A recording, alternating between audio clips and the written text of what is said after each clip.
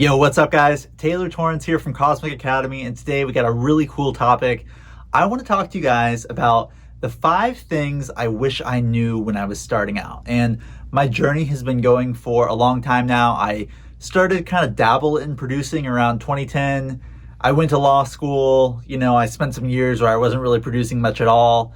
But throughout that time, I've learned a lot of stuff, but I kind of had to learn it the hard way. Back when I started, there wasn't as many resources available. There wasn't a lot of, things like Cosmic Academy and people teaching and sharing all of this knowledge that we have here today. And so I learned a lot of stuff the hard way. And I'm going to share with you guys 5 things that I wish I knew, not only way back at the beginning, but even, 2-3 years ago when I really started to get serious about production. I want to share with you guys the 5 things I wish I would have known. So I got 3 things inside Ableton, sort of production focused concepts, and 2 things that I think are more mindset, networking, community oriented that I want to share with you guys at the end. So let's jump into Ableton and I will show you guys the first 3 tips. All right, so here we are in Ableton, and the first tip that I want to share with you guys is something that at this point has been like ingrained in my mind to do this every time I start a new project. But for a long time, I didn't really have this habit. And I used to run into gain staging problems later in my mix, later in my mastering. I was always butting up and having no headroom. I was always clipping things. I'm going to show you guys a way to just avoid a lot of those issues right off the bat when you start a new song. Okay, so I've got a project started here. You can see, I've already got 50 plus layers going here. So the project is maturing. But I want to show you what I've done to kind of set my levels at a very healthy point right off the bat. And what I did is I put the kick in first. That's where I always start. And I just pulled this kick down 10 decibels. And then I started to construct my track around that. So what I used to do for a long time, what I still see beginner producers doing is, they'll start a new project. They'll pull a kick onto, or their first sound onto a channel and just leave it right here at 0. Don't do that, because you'll see there's some headroom on this kick because that's in the stem. But if this were to be right here and we were, butting right up against 0 to begin with within the audio, if you leave this at 0, you're going to already be starting your mix and building your song around a very loud point. So inevitably, you're going to go way above 0. And the time that you're getting to the mastering stage, you're going to have no headroom. Your master is going to be blasting way over above 0. You're going to have to rebalance the entire mix. So what I suggest doing, and what I have learned to do instead, is the first move I make when I start a new track is just to pull this kick down to -10, -13, just somewhere really low. In this track, I did it at -10. And you'll see what happened as I added more of these instruments, started grouping things up, started adding things on to this idea. If I open up this limiter, which I'm really just using to show you guys my levels, if I pull this gain all the way down to 0, look where we're at. You're gonna see we have a lot of headroom. It's a very healthy amount of headroom because we started our mix.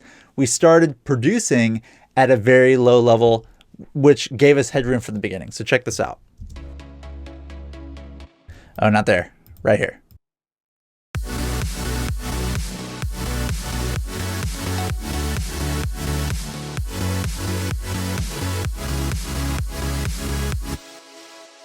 So you can see I've got like 14 decibels of headroom with my entire mix playing because I pulled that kick down all the way from the beginning. So I'm starting in a place where no matter how much stuff I add, no matter how many more layers I do, I'm never really going to be getting on my master channel up to 0. And I'm not going to have to worry about rebalancing everything later. What I can do, I can even push gain on this limiter 10 decibels, right? To make up for however much I pulled my kick down, and I'll still be well below 0. Check this out.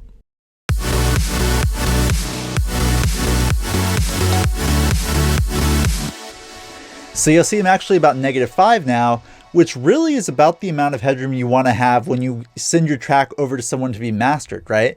So, no matter what we do, We're never going to get to a point where we're, running red, clipping the master, running into all types of headroom problems. Now, of course, you can clip things within a group, so you want to keep an eye on that. But starting your mix off from a very healthy, low audio level, like low volume level, is going to set you up to avoid issues down the line as you add more sounds, more layers, more instruments. All right, tip number 2. This is one that I struggled with a lot way back in the day. I had this mentality that I needed to make all my own sounds. It was like a point of pride that if I didn't program every one of my own sounds, like I wasn't a real producer. And that's just not the case. You got to think of, what are your goals? Do you want to be a sound designer, or do you want to be someone who's getting tracks done? My personal philosophy is, and what I've learned over the years is, I'm not really interested in learning exactly how to make the craziest sounds in Serum. Maybe that's your goal, and that's totally cool, and there's lots of people that are really into sound design. My top goal is getting tracks done, finishing songs as quickly as possible, and releasing them out to the world. I just want to know just enough about synthesis and how my synthesizers work to be able to modify my presets for my own needs and occasionally make simple sounds that fit my mix. But I'm going to show you guys a couple things here in this track. And just so you know what this sounds like, I'm going to play through, 8 bars of this track. And then I want to show you all of these layers that I have. They're all presets. I'm just going to prove to you guys what a real project of mine looks like from a sound perspective, that I'm not really making all my own stuff. And I'm totally okay admitting that to you. Anyway, take a listen to how this sounds.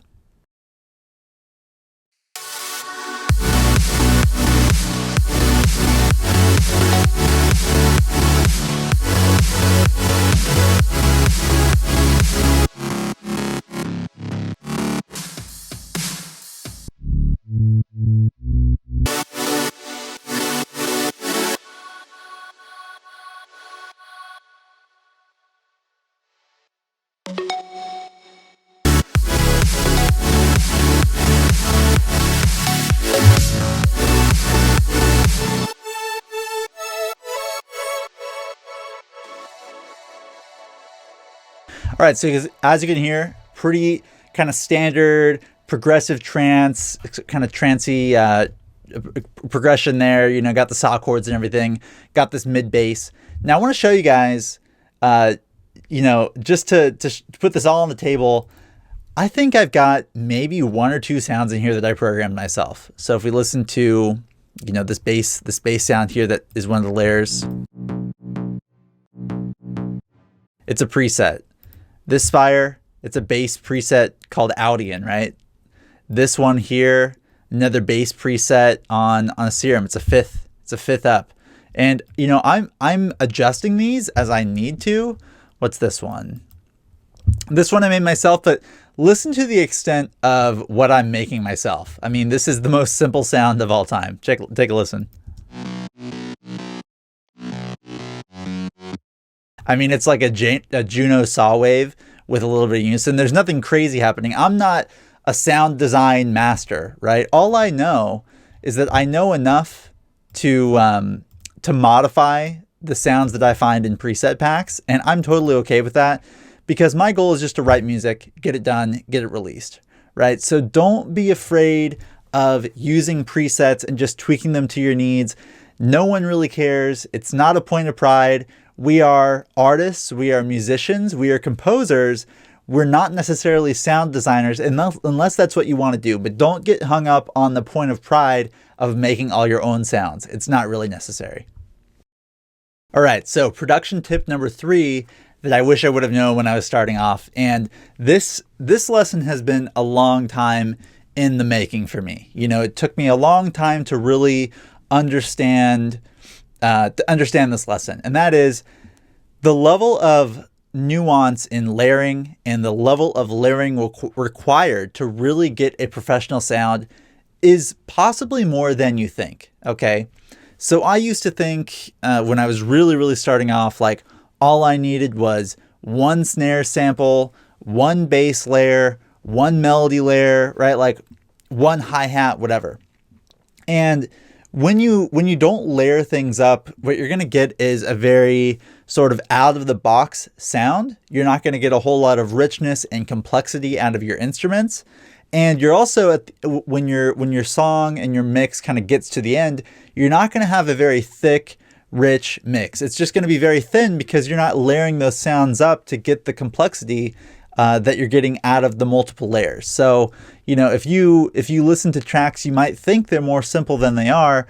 I have learned personally, especially in trance, there is a lot more layering that goes into production and getting a professional sound than you might think. And you have to listen to the subtleties, the subtle nuances that each layer does to make up the cohesive whole that the sound ultimately sounds like. So I'm going to show you guys a couple of my layering stacks, and it's going to be very subtle, but I want you to hear the differences that each of these layers makes to sort of just internalize the sort of subtle, nuanced layering that you need to be doing to get rich, complex, professional sounding layers. So take a listen to some of these bass layers.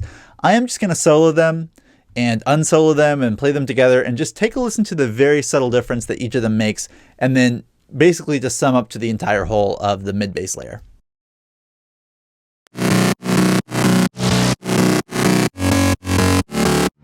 So that's the whole thing. Listen to these layers.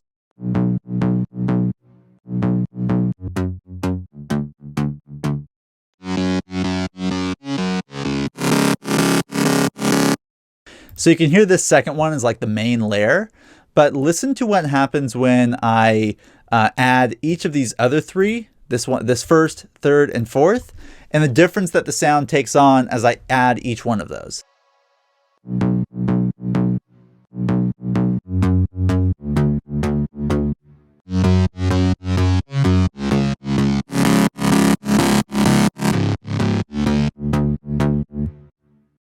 So what you're hearing is there's like a simple pluck here, and then this third one adds like a little bit more high end and bite, and then this one kind of establishes the main groove in a very thin kind of way, and then this one kind of drives the point home, right? So each of those play a role, and what I would have done years ago is I probably just would have had this second one, but you're not going to get the same groove and the same complexity and the same drive that you get when you add all of these different components together.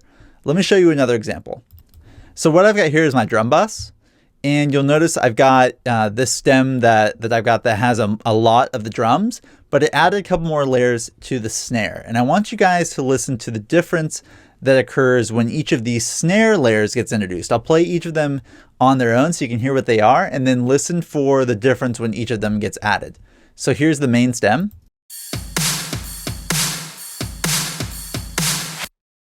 Okay, that's cool. There's a snare there, but listen to a couple of the other snares and the role that they play. I'll solo them first. So as you can see, snare low. That's actually mislabeled because it's really more like the air on the snare. I'm going to turn it up a little bit. It's like the very, very high end air.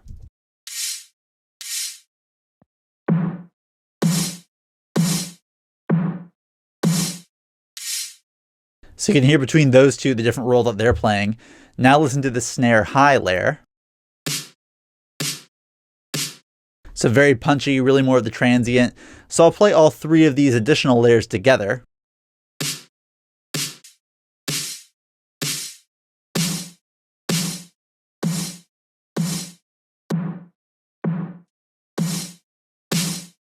So you can hear they play very distinct roles.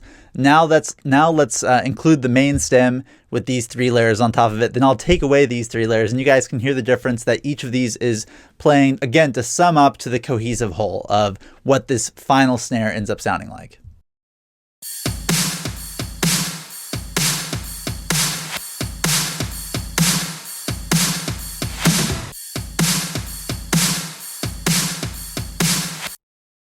One more time. So you can hear when I add this one, I get the low end, I get some air here, the transient gets added, and all three of these, on this third one, the transient gets added. All three of these play a distinct role to add a little bit more sauce, if you will, to that main snare that starts with the sort of default stem that I have. So one more time.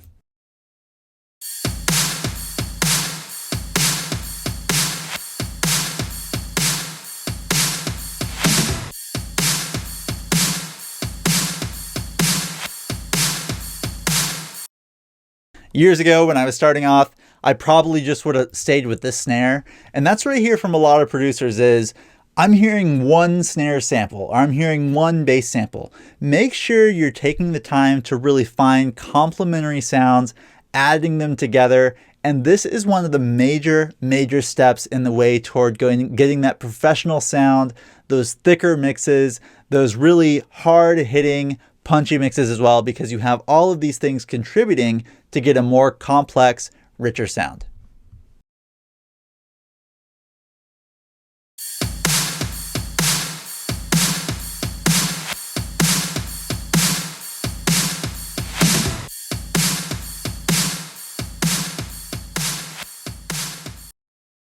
All right, guys, so I hope you guys enjoyed those first 3 tips that are more production focused, stuff I wish I knew earlier on in my production journey.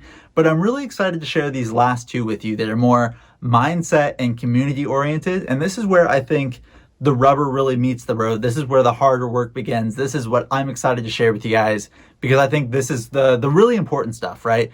We can learn these production techniques, these tricks, these tips, by watching videos, and obviously the videos we give you guys, we're always talking about these practical production tips. But this mindset stuff is what really makes a difference in the long run.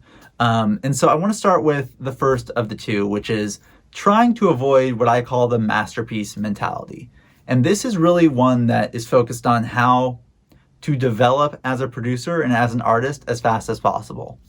Back in the day, I would spend 6 months to a year on one song, trying to make it perfect, trying to make it the magnum opus, like the ultimate masterpiece that I would make in my life. And I thought, when I get this track perfect, it's gonna propel me into the stratosphere of my career and all of those things. Music doesn't really work that way. And second of all, taking that approach is going to impede your progress as a producer, because each one track only presents a limited opportunity for your development, because it only presents a limited number of mixing problems that you need to solve, or creative puzzles that you need to solve, and find solutions to. Each song only has a limited context for you to learn things from. And so the longer you spend in one track trying to perfect it, you're not getting exposure to different types of mix problems that you need to decide about, or creative problems that you need to make creative decisions about. And so you're much better served spending a couple of weeks on a track, finishing it up, calling it done. Whether or not you send it to the labels or not doesn't matter. Move on to the next one and get yourself in a different context with different mix decisions you need to decide about, different creative puzzles you need to solve. And the more exposure you get to all of these different things that come up in the context of different songs, the faster you will develop. And remember that every song doesn't need to be perfect. Every song doesn't have to have every good idea that you've ever come up with. Each track tells a different story. It fits in a different place in the catalog of your entire body of work. And the masterpiece you don't need to chase the masterpiece. It's going to do you a disservice in the long run. All right, so my last tip, the last thing I want to share with you guys that I wish I had known earlier, and this is one that I really learned as a result of getting involved with the Cosmic Academy community. This one was, I think, the biggest takeaway for me and the biggest change in my mindset as a result of being a part of the Cosmic Fam and just going through the boot camp and joining the community, is that you always should be asking yourself, or at least what I wish I had known earlier, is that I should always be asking myself, what can I give as opposed to what can I take? I think that's just the biggest thing that you can extrapolate across any interaction you have with people online, with people in person. Always be looking to focus your mindset on what you can give as opposed to what you can take. I even take this into the way that I use social media. Before I make a post, I think, what is the person on the other side of the screen getting from this? It could even be entertainment. It could be, knowledge. It could be whatever it is. Just make sure that you've thought about what the other person's getting, right? In a conversation, if you're asking for feedback, if you're asking for help, make sure that, you have provided enough value to them to where you're justified in asking for this, right? You should always be giving more feedback than you're asking for. You should always be giving more support than you're asking for. And if you really internalize this mentality, opportunities will begin to flow to you. people will want to help you without you even having to ask. And this is, I think, the biggest game changer that that ever happened in my life as a musician. And when I internalized this, it not only helped me grow a great community of people that I was helping and who wanted to help me, and then we're all growing together, but it also made me happier as a person. Because when you really flip the script and focus on what you can do to help other people, it really is a really fulfilling thing to do on a daily basis. So let this unfold in your guys' own journey, and I promise that you will see a great benefit in the people that you're surrounding yourself with and the people that you're getting to know and that want to help you when you focus on what you can do to help them first. All right, guys, so I hope these 5 things have been helpful, these 5 tips that I wish I would have known. I hope they're helpful to you guys. I hope you're getting something from this, especially you guys out there who are just kind of getting started on this journey. I hope this helps you kind of level up a little faster and with less frustration than I had to go through as I went through my journey. But yeah, guys, I hope you get something from this, and happy producing. See you in the next video. Peace.